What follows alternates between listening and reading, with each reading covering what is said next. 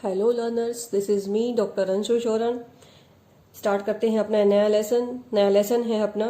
इसमें हम linear dependence और लीनियर इंडिपेंडेंस करेंगे, जो कि एक बहुत ही इंपॉर्टेंट टॉपिक है CSIR नेट के लिए, क्योंकि हर बार वहां से क्वेश्चन पूछा जाता है डायरेक्टली और इनडायरेक्टली। क्योंकि लीनियर इंडिपेंडेंस और डिपेंडेंस आपका बेसिस के लिए भी यूज होता है, और पर्टिकुलरली ये खुद टॉपिक भी बहुत ही ज्यादा अपने आप में इम्पोर्टेंट है। तो आप इसे ध्यान से करेंगे। कहीं कोई डाउट्स हैं तो आप कॉमेंट में पूछ सकते हैं, और आप कोशिश कीजिए कि ज़्यादा से ज़्यादा इन वीडियोस को आप शेयर करें अगर आपको ये पसंद आते हैं, और अगर नहीं पसंद आते हैं तो आप कमेंट सेक्शन में बता सकते हैं कि आपको यहाँ से क्या चीज़ पसंद नहीं आ रही है। चलिए स्टार्ट करते हैं। अब सबसे पहली डेफिनेशन है अपनी direct sum. If VF is a vector space and W1 W2 are subspaces of VF। दो सब स्पेसीज हैं VF के, then VF is said to be direct sum. V को हम डायरेक्ट सब कम कहेंगे जब V जो है उन दोनों के सम के रूप में लिखा जाएगा। V is equal to W1 plus W2। And second condition है अपने पास कि उन दोनों के इंटरसेक्शन में सिर्फ और सिर्फ जीरो स्पेस आएगा। तब ये हमारा क्या बनेगा, ये जो V है वो इन दोनों का डायरेक्ट सम बनेगा। और इन W1 W2 को हम क्या बोलेंगे कि W1 and W2 are complementary sets. क्या बोलेंगे इनको हम? कॉम्प्लीमेंट्री सेट्स बोलेंगे W1 और W2 को। ठीक है। उसके बाद एक एग्जाम्पल है, यहाँ पर एग्जाम्पल है W1 जो है हमारा वो ऐसा सब स्पेस है जिसमें सारे फंक्शंस हैं। वो फंक्शन कौन से आपको दिख रहा है? f of x is equal to f of minus x, even functions हैं। और W2 में कौन से हैं? ऑड फंक्शंस हैं। तो यहाँ पर आपको क्लियरली दिख रहा है कि W1 और W2 कॉम्प्लीमेंट्री हैं, क्योंकि देखो इनके इंटरसेक्शन में कुछ नहीं है, और इनको इकट्ठा करके आप लिखोगे तो हमारे पास क्या आ जाएगा? फंक्शंस आ जाएंगे, रियल फंक्शंस आ जाएंगे। तो फिर सारे के सारे फंक्शंस मिल गए आपको यहाँ से। इसका मतलब ये आपका क्या है? कॉम्प्लीमेंट्री है, और V इनके डायरेक्ट सम में लिखा जा सकता है। ठीक है। नेक्स्ट टॉपिक अब अपना है linear independence and linear dependence, जो कि अब बहुत ही इंपॉर्टेंट टॉपिक है। इसे आप बहुत ध्यान से करेंगे। तो इस टॉपिक में स्टार्ट करते हैं पहले linear dependence and independence of set of vectors S। कोई भी सेट ऑफ वेक्टर्स है, α1 α2 αn हमने लिए from A vector space VF। Vector space कहां से उठाए हैं? VF से उठाए हैं। अब हमें देखना है कि ये लीनियरली इंडिपेंडेंट और डिपेंडेंट कब होता है। तो सबसे पहली कंडीशन इसके लिए हमारे पास क्या होगी? तो पहली कंडीशन हमारे पास होगी, अगर हम इन वेक्टर्स को लिखें ऐसे, इनका लीनियर कॉम्बिनेशन हम बनाते हैं C1 α1 plus C2 α2 plus up to so on, यहाँ पर लास्ट हमारे पास आएगा Cn αn। अगर इसको इक्वल टू 0 लें तो सिर्फ एक ही कंडीशन हमारे पास आनी चाहिए कि C1 C2 Cn, हमें यहाँ से अगर ऐसा मिल जाता है कि C1 C2 अप टू सोन सारे के सारे जो कोफिशिएंट्स हैं वो सारे हमें क्या मिल जाएं? 0। सिर्फ और सिर्फ 0 मिलेंगे, तब हम क्या कहेंगे? ये जो वेक्टर्स हैं ये सारे के सारे क्या हैं? लीनियरली इंडिपेंडेंट है। ठीक है। यहां से अगर हम इसके लीनियर कॉम्बिनेशन को लिखें और उसको इक्वल टू 0 पुट करें, और जितने भी कोफिशिएंट्स हैं वो सारे के सारे अगर हमें सिर्फ और सिर्फ 0 मिलते हैं, तो हम क्या बोलेंगे कि ये जो सेट है हमारा वेक्टर्स का लिए लीनियरली इंडिपेंडेंट है। ठीक है। और अगर इनमें से एक भी नॉन जीरो हो जाता है, अगर एक भी suppose C1 is not equal to 0, ठीक है, तो फिर क्या हो जाएगा हमारा? अगर एक भी नॉन जीरो है, इसका मतलब सेट हो जाएगा हमारा लीनियरली डिपेंडेंट। ठीक है। तो देखने में तो बहुत सिंपल सी लगती है डेफिनेशन, जब इसको अप्लाई करते हैं तब थोड़ा हमें दिक्कत होती है। तो आप उसको ध्यान से देखेंगे, इसके एग्जाम्पल्स को कैसे सोल्व करते हैं। चलिए अब उस डेफिनेशन के अकॉर्डिंग एग्जाम्पल करते हैं हम। A set of vectors S from vector space VF containing 0 vector. 0 vector is always linearly dependent. अब आपको ये चेक करना है कि जिसके पास सिर्फ और सिर्फ 0 वेक्टर हो वो लीनियरली डिपेंडेंट होता है। तो कैसे करेंगे इसको हम? कि सेट में हमारे पास सपोज S है, उसमें सिर्फ और सिर्फ हमारे पास 0 वेक्टर है। ठीक है। अब आपको यहाँ पर एक कोफिशिएंट ढूंढना होता है। मान लो मैंने कोई ढूंढा A into this 0 is equal to 0। ठीक है। तो अब आप इस A को आप कुछ भी ले सकते हो। A को मान लो 2 लोगे तो भी 0 ही आएगा, 5 लोगे तो भी 0 आएगा। इट मीन्स आपको यहां से क्या मिला कि A 0 नहीं है, और अगर जो आपने कोफिशिएंट लिया है अगर वो 0 नहीं मिलता है आपको, तो आप क्या कहोगे कि सेट हमारा कैसा है, लीनियरली डिपेंडेंट है। तो इजी था इसका प्रूफ कि अगर आपके पास सेट आपका 0 वेक्टर है तो इसका मतलब, और सिंगलटन है वो, और उसमें अगर एक वेक्टर वैसे भी 0 अगर आ जाता है तो वैसे भी हम बोल देते हैं कि वो लीनियरली डिपेंडेंट होता है। सेम। चलिए अब आपको सेट के बारे में बात करते हैं। ये सिंगलटन के बारे में हमने यहां से बात की है। नेक्स्ट है a set containing single non zero vector is linearly independent. अब अपना जो एस है उसमें क्या है, अल्फा है, ठीक है, और उसने क्या बोला है कि जो वेक्टर है वो क्या है, नॉन जीरो है। इट मीन्स अल्फा 0 नहीं है, ठीक है। तो अब हम लेंगे a into alpha is equal to 0। तो अगर दो नंबर्स का यहां से प्रोडक्ट 0 आ रहा है, इट मीन्स इसको पक्का 0 होना पड़ेगा, क्योंकि ये तो अल्फा तो हमें गिवन है कि ये 0 नहीं है। तो यहां से आपको क्या मिला, a इज इक्वल टू 0। जितने भी कोफिशिएंट थे यहाँ एक ही था तो वो हमें 0 मिल गया। इट मीन्स ये जो सेट है आपका कैसा हो गया, लीनियरली इंडिपेंडेंट हो गया, ठीक है। नेक्स्ट है, क्वेश्चन है a set containing 2 vectors is linearly dependent if and only if one of them is multiple of the other. Set में सिर्फ 2 एलिमेंट्स हैं और अगर वो एक दूसरे के मल्टीपल है तो सेट हमारा कैसा हो जाएगा, लीनियरली डिपेंडेंट। तो प्रूफ भी इसका बहुत सिंपल है। हम एस मान लेते हैं जिसमें कोई 2 वेक्टर्स हैं, अल्फा एंड बीटा। अगर यहाँ 2 वेक्टर्स हैं अल्फा एंड बीटा, तो पहले ये लेके चले कि वो लीनियरली डिपेंडेंट है, ठीक है। तो अगर ये डिपेंडेंट है तो हमारे पास क्या आएगा, a alpha plus b beta is equal to 0 लेने से या तो ये 0 नहीं आएगा या फिर ये 0 नहीं आएगा या फिर दोनों ही नॉन जीरो मिलेंगे, ठीक है। तो यहां से हमें क्या मिलेगा, इधर ए इज नॉन जीरो या फिर बी नॉन जीरो या फिर ए और बी दोनों ही नॉन जीरो, ऐसा हमें मिलेगा, ठीक है। और अगर पहला लेके चलते हैं, अगर आपका ए नॉन जीरो है, ए नॉन जीरो है, इसका मतलब अल्फा कैसा लिखा जाएगा, alpha is equal to minus b by a beta, ठीक है। सिमिलरली अगर बी नॉन जीरो है तो बीटा कैसे लिखा जाएगा, beta is equal to minus a by b alpha, ठीक है। इसका मतलब अगर हमने लीनियरली डिपेंडेंट लिया तो ये एक दूसरे के क्या आ गए, आपके पास मल्टीपल आ गए। अल्फा और बीटा एक दूसरे के मल्टीपल हैं क्योंकि माइनस बी बाय ए से हम उसको मल्टीप्लाई कर दिया। सिमिलरली यहां से बीटा उसका मल्टीपल था, और यहां से अगर आप नेक्स्ट देखोगे ए और बी दोनों ही 0 नहीं है तो आप इनमें से किसी की भी वैल्यू निकाल सकते हो, चाहे ये रखो चाहे ये रखो। तो इसका मतलब अगर ये डिपेंडेंट है तो ये एक दूसरे के मल्टीपल हैं। इफ एंड ओनली इफ की कंडीशन है, अब हम दूसरी कंडीशन लेके चलते हैं कि ये अगर एक दूसरे के वो हैं, आपके पास मल्टीपल हैं, तो आप क्या करोगे। तो हमने मान लिया, कन्वर्स पार्ट यहां से देखेंगे आप इसका, कन्वर्स पार्ट के लिए अब आपने मान लिया यहां से कि अल्फा इज इक्वल टू के इंटू बीटा, ठीक है। अगर ऐसा है तो इसका मतलब अब आप यहां से देखिए कि 1 इंटू अल्फा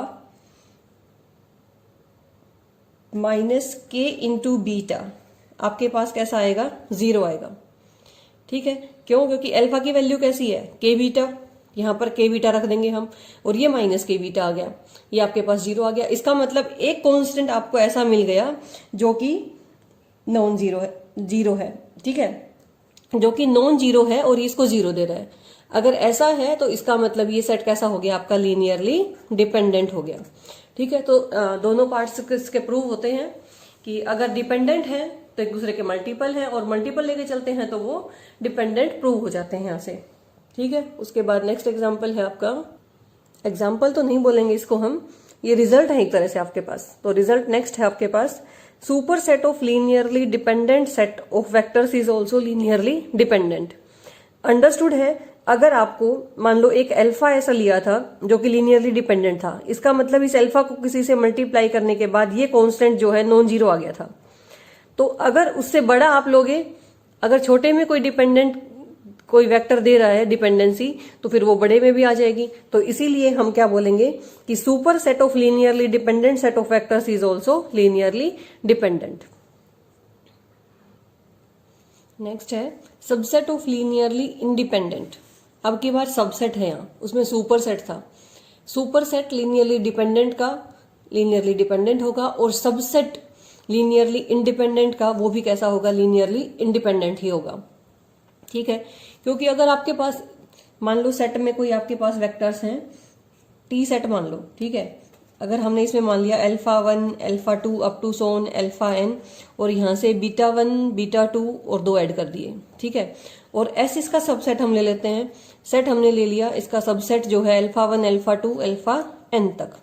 अगर ये लीनियरली इंडिपेंडेंट है, इसका मतलब कांस्टेंट से मल्टीप्लाई किया होगा, तो कांस्टेंट हमारे सारे कैसे आएंगे, नॉन जीरो आएंगे, कोफिशिएंट सॉरी।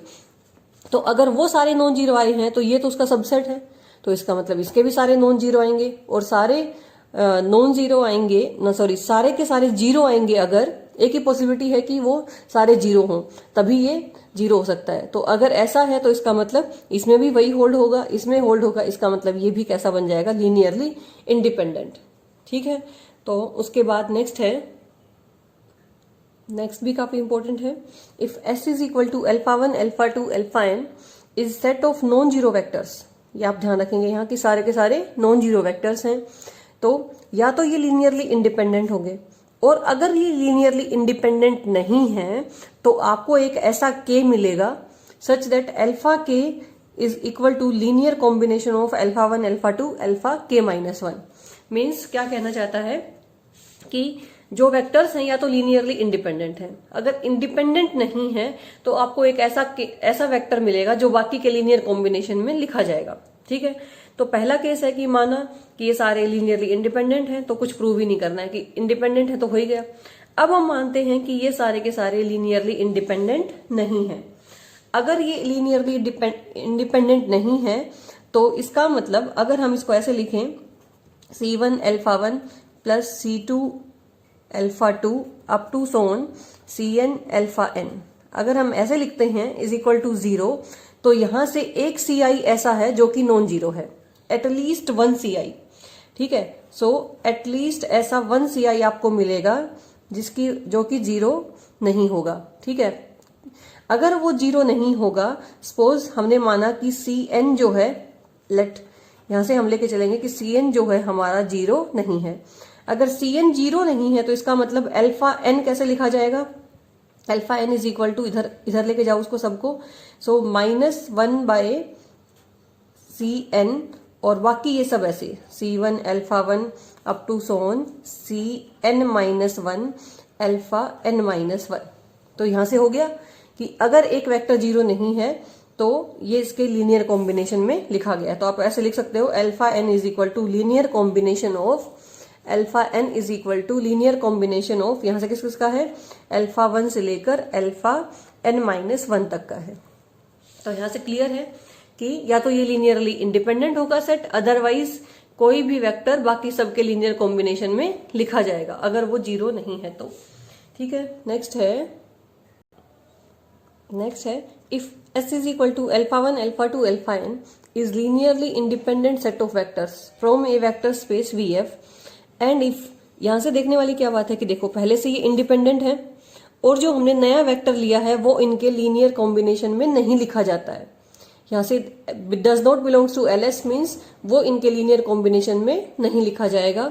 देन अगर हम बीटा को भी इस सेट में इंक्लूड करेंगे तो वो क्या आएगा, आपके पास लीनियरली इंडिपेंडेंट आएगा, ठीक है। और अगर ये बीटा इनके लीनियर कॉम्बिनेशन में लिखा जाएगा तो सेट कैसा बन जाएगा, उस बीटा को सेट में डालने से वो लीनियरली डिपेंडेंट बन जाएगा। जो पहले रिजल्ट किया था उसकी एक तरह से क्रोलरी है ये आपके पास। नेक्स्ट क्वेश्चन है which of the following set of vectors from R⁴R, पहले स्पेस देखना बहुत इंपॉर्टेंट है कि स्पेस कौन सा है आपके पास, आर लीनियरली इंडिपेंडेंट, ये देखना है आपको। तो सबसे पहला है 1 to 4। अब आपको पता है कि ये कैसा वेक्टर है आपके पास, सिंगलटन है और वो भी नॉन जीरो है, तो इसका मतलब ये कैसा हो जाएगा, उस रिजल्ट से लीनियरली इंडिपेंडेंट हो जाएगा। तो फर्स्ट वाला है आपका लीनियरली इंडिपेंडेंट। सेकंड देखते हैं 1 to 4 2 4 6। अब अगर किसी सेट में 2 वेक्टर्स हैं तो वो सेट हमारा लीनियरली इंडिपेंडेंट होता है अगर ये एक दूसरे के मल्टीपल नहीं है तो आप देखो यहां से लीनियरली इंडिपेंडेंट है ये, क्योंकि मल्टीपल नहीं है। देखो इसको 2 से मल्टीप्लाई करोगे तो 2 4 यहाँ पर 8 आता, लेकिन यहाँ 6 है, इसका मतलब ये भी कैसा है आपका लीनियरली इंडिपेंडेंट है। नेक्स्ट आपके पास 1 2 4 2 4 6 7 8 9। अब आप एक तो यहां से ये देखेंगे कि जितने टप्पल्स हैं उतने ही वेक्टर्स हैं, ठीक है। तो इसका मतलब लीनियरली इंडिपेंडेंट भी हो सकता है और डिपेंडेंट भी हो सकता है। अगर हमारे पास ये वेक्टर्स ज्यादा हो जाते, टप्पल्स कम होते, तो हम सीधा कह देते कि डिपेंडेंट है ये, ठीक है। लेकिन इस वाले को हमें चेक करना पड़ेगा। इसको चेक करने के लिए हम क्या करेंगे, यहां से हम इसकी मैट्रिक्स बना लेते हैं। अगर ये एक दूसरे के लीनियर कॉम्बिनेशन में है तो फिर उस मैट्रिक्स का जो डिटर्मिनेंट है वो कैसा आ जाएगा, आपके पास 0 आ जाएगा, ठीक है। तो इसकी अगर मैट्रिक्स बनाओगे तो आप यहां देख सकते हो, ये मैट्रिक्स हमने बनाई, वेक्टर्स लिखे 1 2 4 2 4 6 7 8 9, ऑपरेशंस हमने लगाया R2 tends to R2 minus 2 R1 और यहां से लगाया R3 tends to R3 minus 7 R1। Operation लगाने के बाद ये मैट्रिक्स मिल गई। इसका डिटर्मिनेंट कैसा आया आपके पास, नॉन जीरो आया। इसका मतलब ये एक दूसरे के लीनियर कॉम्बिनेशन में नहीं लिखे जा सकते हैं। इसका मतलब ये सारे के सारे कैसे हैं, लीनियरली इंडिपेंडेंट है, ठीक है। अब नेक्स्ट आपके पास है 1 2 4 2 4 6 4 8 14। अगर आप अब इसका डिटर्मिनेंट निकालोगे तो वो आपको 0 मिलेगा, ठीक है। तो अगर वो 0 मिलता है मतलब इनमें से कोई भी दो वेक्टर थर्ड उनके लीनियर कॉम्बिनेशन में लिखा जाता है। तो अगर ऐसा है तो वो आपके पास लीनियरली इंडिपेंडेंट नहीं है, आप इसको चेक करेंगे। और फोर्थ आपको चेक करने की भी जरूरत नहीं है, क्योंकि यहाँ देखिए जो वेक्टर्स हैं वो तो 4 हैं और टपल्स आपके पास 3 हैं। तो सीधा सा है कि उस मैट्रिक्स का रैंक उससे कम आएगा तो इसका मतलब वो लीनियरली डिपेंडेंट हो जाएंगे, ठीक है। नेक्स्ट आपके पास एक नोट है, if S is equal to α1 α2 αn is linearly independent. यहां से आप देखते हुए चलेंगे कि जो वेक्टर्स हैं ये लीनियरली इंडिपेंडेंट हैं, ठीक है। और इनको लेके आपके पास T बनाया है कि a11 α1 a12 α2 a1n αn। Similarly यहां से फिर आया a21 αn, ऐसे करके जो ये सेट बनाया है ये भी कैसा है, लीनियरली इंडिपेंडेंट है या फिर लीनियरली डिपेंडेंट है। अकॉर्डिंग मतलब कहाँ पे डिपेंड करेगा ये, कि जो आपने जितने भी कोफिशिएंट मैट्रिक्स इसकी हम बना लेंगे पहले, ठीक है। तो कोफिशिएंट मैट्रिक्स आपने इसकी बनाई a11 a12 सारे जितने, इसको एक रो में लिखा, फिर उसके बाद ये इसको लिखा, तो ये आपके पास आ गई कोफिशिएंट मैट्रिक्स। अगर इस कोफिशिएंट मैट्रिक्स का रैंक n है तो ये लीनियरली इंडिपेंडेंट है, और अगर आपका लेस देन, ये कैसा हो जाएगा, लीनियरली इंडिपेंडेंट। और अगर आपका रैंक लेस देन n आया तो ये हो जाएगा लीनियरली डिपेंडेंट, ठीक है। बहुत इंपॉर्टेंट नोट है ये, आपको इसे ध्यान से देखना है। फिर से बता देती हूँ, S हमारे पास लीनियरली इंडिपेंडेंट थे, S हमारे पास जो थे वो लीनियरली इंडिपेंडेंट थे। T आया जो इनके लीनियर कॉम्बिनेशंस करके लिखा गया था, तो उसकी हमने मैट्रिक्स बनाई। अगर मैट्रिक्स का रैंक n है तो वो लीनियरली इंडिपेंडेंट है, लेस देन n है तो वो लीनियरली डिपेंडेंट है। नेक्स्ट है, if α1 α2 αn is linearly independent set of vectors from vector space VF, then which of the following is are linearly independent। आपको चेक करने हैं, पहले से है जो पिछला जो नोट हमने देखा था कि ये लीनियरली इंडिपेंडेंट आपको दे रखे हैं, ठीक है। अब आपको देखना है कि इनमें से कौन कौन और लीनियरली इंडिपेंडेंट है। तो आप क्या करेंगे इसमें से कि आप इसकी मैट्रिक्स बनाएंगे कोफिशिएंट्स वाली, ठीक है। तो मैट्रिक्स हम बनाना शुरू करते हैं। मैट्रिक्स के लिए सबसे पहले यहां पर देखेंगे आप, पहले हमें क्या लिखना होता है, जो यहाँ वाले कोफिशिएंट्स हैं, ठीक है। तो पहले पर हमारे पास सिर्फ 1 है और उसके बाद सारे कोफिशिएंट्स 0 हैं, पहले वेक्टर में देखेंगे तो आप। तो मैट्रिक्स जो बनेगी वो क्या बनेगी, यहाँ से 1 0 0 0 अप टू सोन n तक 0। सेकंड में α1 α2 है, मतलब फर्स्ट दोनों हैं 1 1 0 0 अप टू सोन 0। और उसी तरह से अब α1 α2 α3 है, तो 1 1 1 0 बाकी सब 0। उसी तरह से लास्ट वाला जो आएगा वो 1 1 1 1 वाला आ जाएगा, ठीक है। अब आपको पता है इसका डिटर्मिनेंट जो है वो कैसा आएगा, अगर इस मैट्रिक्स का आप डिटर्मिनेंट देखोगे तो वो आएगा हमारे पास 1। इसका मतलब नॉन जीरो है, इसका मतलब इसका जो रैंक है वो कितना आया, n था तो n ही आया, ठीक है। अगर आपको रैंक यहाँ से रैंक कितना आ गया इस मैट्रिक्स का, आपके पास n आ गया, रैंक n है, तो आपको पता है कि कैसा होता है, लीनियरली इंडिपेंडेंट सेट हो जाता है। तो जो फर्स्ट यहाँ से आपने देखा वो आपका कैसा हो गया, लीनियरली इंडिपेंडेंट सेट हो गया, ठीक है। अब बात आती है सेकंड की, ऐसे ही आप लिखोगे इसको भी मैट्रिक्स फॉर्म में और इसको भी। अब आप इन सबको आप खुद करके देखोगे, जितने भी हैं ये 9-10 क्वेश्चन हैं, मैं आपको यहाँ से धीरे धीरे दिखा देती हूँ। आप इनको स्लो करके क्वेश्चंस को उतार के खुद करेंगे आप, और बता भी देती हूँ इनमें से जो सेकंड है आपका वो भी लीनियरली इंडिपेंडेंट आएगा, थर्ड भी आपका लीनियरली इंडिपेंडेंट आएगा। उसके बाद फोर्थ आपका लीनियरली इंडिपेंडेंट नहीं आएगा। उसके बाद नेक्स्ट है फिफ्थ, सिक्स्थ, सेवंथ और एट्थ, इसमें से ये सारे के सारे आपके कैसे आएंगे, लीनियरली इंडिपेंडेंट आएंगे। और आप इनको धीरे धीरे इनके स्टेटमेंट्स को उतारेंगे सबको, और आप देखेंगे सिर्फ आपको मैट्रिक्स बनानी है और उसका रैंक चेक करना है। अगर रैंक n है तो लीनियरली इंडिपेंडेंट है, और लेस देन n है तो वो लीनियरली डिपेंडेंट बन जाएगा। ठीक है, तो बहुत ही इजी क्वेश्चन था ये, सिर्फ आपको देखने हैं, आप इनको इजीली कर सकते हैं। अब नेक्स्ट क्वेश्चन करते हैं। नेक्स्ट में है which of the following set of vectors from P3R। P3R क्या होता है, पोलिनोमियल डिग्री 3 और जिसके कोफिशिएंट कहां से आए हैं, फील्ड रियल से। ठीक है, कोफिशिएंट सारे रियल हैं, पोलिनोमियल है डिग्री 3 की। तो वो लीनियरली इंडिपेंडेंट कौन कौन से हैं ये आपको चेक करना है यहां से। तो फर्स्ट वन है 5 + 7x, इसको तो चेक करने की जरूरत नहीं है क्योंकि नॉन जीरो वेक्टर है और सिंगलटन है। तो इसका मतलब यहां पर आप लिख लोगे कि ये सिंगलटन वेक्टर है, नॉन जीरो है, तो ये कैसा हो जाएगा आपके पास, लीनियरली इंडिपेंडेंट हो जाएगा। तो फर्स्ट वन तो लीनियरली इंडिपेंडेंट हो ही गया। सेकंड आपके पास है फिर से 2 वेक्टर्स हैं, एक दूसरे के मल्टीपल भी नहीं है, तो ये भी लीनियरली इंडिपेंडेंट हो जाएगा। तो रिजल्ट वो जो आपको शुरू में बताए थे वो काफी इंपॉर्टेंट है, जिससे आपको कुछ क्वेश्चन तो आपको सिर्फ देखते ही हो जाएंगे, कैलकुलेशन भी नहीं करनी पड़ेगी। ठीक है, नेक्स्ट की बात आती है 1 + x 1 + x², 6x + 7x²। अब इसको हमें चेक करना पड़ेगा कि ये लीनियरली इंडिपेंडेंट है या नहीं है। ठीक है, तो अब इसके लिए फिर से हम वो अपना मैट्रिक्स वाला मेथड लगाएंगे।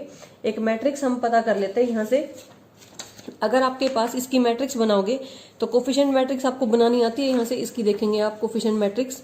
सो 1 + x है, कोफिशिएंट मैट्रिक्स में हम कोफिशिएंट्स यहां से ऐसे लिखेंगे, यहां पर 1 x x² और x³ तक। ठीक है, तो यहां पर पहले में 1 + x है, तो दोनों है, x का भी इसका भी 1 और दोनों के 0। 1 + x² है, तो इसका मतलब इसका 1 और इसका 0, x² का कोफिशिएंट 1 0। अगला है 6x + 7x², कोफिशिएंट नहीं है, इसका 6 है और x² का 7 है, और ये आ गया आपके पास 0। ठीक है, अब आपको निकालना है कि इस मैट्रिक्स का जो रैंक है वो कितना है। इसका रैंक कितना आया आपके पास, 3 आया, और नंबर ऑफ वेक्टर्स कितने थे आपके पास, 3 थे। नंबर ऑफ वेक्टर्स कितने थे, वो भी 3 थे। तो इसका मतलब ये जो है ये लीनियरली इंडिपेंडेंट है। ठीक है, जितना रैंक है उतने ही वेक्टर्स हैं, तो लीनियरली इंडिपेंडेंट है। तो ये हो गया थर्ड। अब ये 1 2 3 4, अब आप इसका फिर से रैंक निकाल के देखेंगे, अगर रैंक और वो दोनों इक्वल आए तो फिर लीनियरली इंडिपेंडेंट है, अदरवाइज डिपेंडेंट है। तो ये दो मैं आपके लिए छोड़ रही हूँ, इन दोनों को सीधा कोफिशिएंट मैट्रिक्स बनानी है और आपको सोल्व करने हैं। वैसे आप देखोगे कि ये दोनों के दोनों लीनियरली इंडिपेंडेंट नहीं आएंगे, ये दोनों। ठीक है, तो आप इनको खुद चेक करेंगे। नेक्स्ट है which of the following is are linearly independent set of vectors from set of all real valued function. यहां से आपको ये देखना है कि जो फील्ड है वो कैसी है, आपकी जो वेक्टर्स दे रखे हैं वो कैसे हैं, रियल वैल्यूड फंक्शंस है ओवर द फील्ड आर। तो फील्ड कैसी है आपकी, रियल नंबर्स है। ठीक है, तो अब जो क्वेश्चन है वो क्या है, एक्स, पहला क्वेश्चन है देखना है आपको लीनियरली इंडिपेंडेंट है या नहीं है। तो x x² x³ up to so on x की n चलता ही जा रहा है ये, तो ये आपको देखना है कि लीनियरली इंडिपेंडेंट है या नहीं है। तो इनमें से आपको क्लियरली पता है कि देखो x + x² कभी x³ आता है, कभी भी नहीं होता है। ठीक है, तो इसका मतलब कोई भी वेक्टर एक दूसरे के लीनियर कॉम्बिनेशन में नहीं लिखा जाएगा, चाहे आप किसी से भी हम मल्टीप्लाई करें। और किसी से भी का मतलब क्या है कि आपके पास सिर्फ फील्ड रियल है, तो रियल नंबर किसी से भी मल्टीप्लाई करके ऐड करोगे तो वो नहीं लिखा जाएगा। नहीं लिखा जाएगा इसका मतलब वो लीनियरली जो है इंडिपेंडेंट वो आपके पास नहीं आएगा। सॉरी, लीनियर कॉम्बिनेशन में नहीं लिखा जाएगा, इसका मतलब लीनियरली डिपेंडेंट नहीं होगा, वो कैसा होगा, लीनियरली इंडिपेंडेंट। तो इंडिपेंडेंट आ गया आपके पास। नेक्स्ट है sin x, sin 2x, sin 3x up to so on sin nx। यहां से फिर से वही है कि sin 2x जो होता है हमारे पास होता है 2 sin x cos x। ठीक है, लेकिन जो cos है, cos x, वो आपके पास रियल नहीं होता है। ठीक है, उसमें इमेजिनरी पार्ट भी होता है, तो इसीलिए हम उसको cos से मल्टीप्लाई नहीं कर सकते। cos एज ए कॉन्स्टेंट आप नहीं ले सकते हो, नहीं ले सकते। इसका मतलब ये सेट्स भी जो हैं एक दूसरे के लीनियर कॉम्बिनेशन में नहीं लिखे जाएंगे। ठीक है, इसका मतलब ये भी कैसे हैं, लीनियरली इंडिपेंडेंट है। ठीक है, सिमिलरली नेक्स्ट आपके पास sine x cos x sine 2x cos 3x, तो ये भी लीनियरली इंडिपेंडेंट है। और यहां से अगर इसको देखोगे तो ये भी लीनियरली इंडिपेंडेंट है। क्यों? क्योंकि x e की x, अगर आपको देखोगे आपको दिख रहा होगा कि x और e की x में लिख सकते हो आप इसको, तो आप यहां देखो इसको ऐसे लिख लो ax प्लस बी e की x। आपको ऐसा कोई भी a और b नहीं मिलेगा कि ये इन दोनों के प्रोडक्ट के इक्वल आ जाए। ठीक है, नहीं मिलेगा। इसका मतलब ये भी कैसा हो जाएगा, लीनियरली इंडिपेंडेंट हो जाएगा। इस लेसन के लिए बस इतना ही है, और इसके कुछ और एग्जांपल्स बचे हैं आपके पास, वो हम नेक्स्ट वीडियो में करेंगे। और ऑर्डर्ड सेट क्या होते हैं, लीनियरली इंडिपेंडेंस डिपेंडेंस क्या होती है, वो हम नेक्स्ट वीडियो में करेंगे। तो अगर आपको इस वीडियो तक यहाँ तक कोई डाउट है तो आप कमेंट सेक्शन में डाल के पूछ सकते हैं। अगर आपको वीडियोस पसंद आए तो चैनल को सब्सक्राइब जरूर कीजिए, और लाइक और डिसलाइक भी कीजिए वीडियो को, जिससे मुझे पता चल सके कि मतलब कहाँ पर हमें सुधार की और ज्यादा जरूरत है। ठीक है learners, okay then, all the best, thank you.